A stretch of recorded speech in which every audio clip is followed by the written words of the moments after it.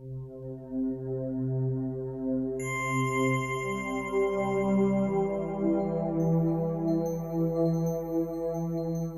found myself in late 2008, early 2009, short on contracts, short on work, tight on money.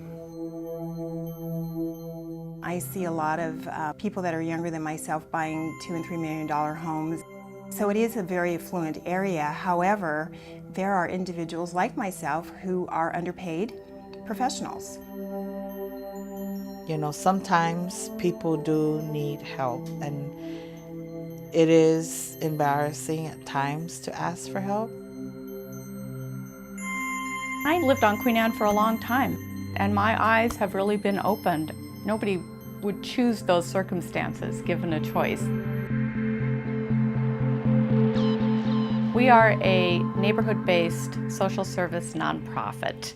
We provide financial and basic needs assistance to people during times of hardship.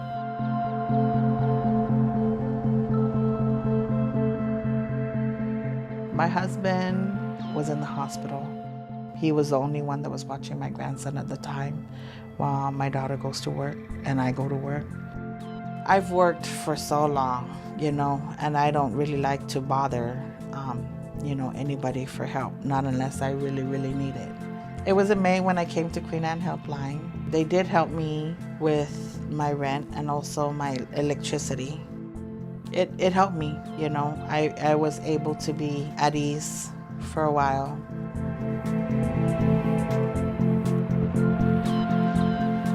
Nobody wants to ask for help. We recognize that, and our core values here, we treat everybody with dignity, respect, and compassion. I am a divorced 57-year-old ELL teacher, and I have 4 children. Unfortunately, as a substitute teacher, I do not have any benefits at all. And what I normally do is I file for my income tax return in January, and that money allows me to pay my bills. Well, unfortunately, there was a glitch in the system, and 50 million tax returns were held up from being processed, and mine was one of them. And I really didn't want to live in my car. And I don't really have anyone to help me, and so it was essential for me that the Queen Anne Helpline came to my rescue, and it was very seamless. We estimate that in a given year, we probably prevent 300 people from being evicted. More than likely, most of those people would end up in shelters or on the street somehow. A lot of them are families. It's really hard to have all these balls in the air and you're wondering when they're all going to crash down on them. So what we really do is we provide a safety net for people who don't otherwise have a safety net. You know, most of us have friends or family or savings, so if something like that were to happen to us, we've got somewhere we can turn to see us through that time. A lot of people simply don't have that, you know, for a variety of reasons.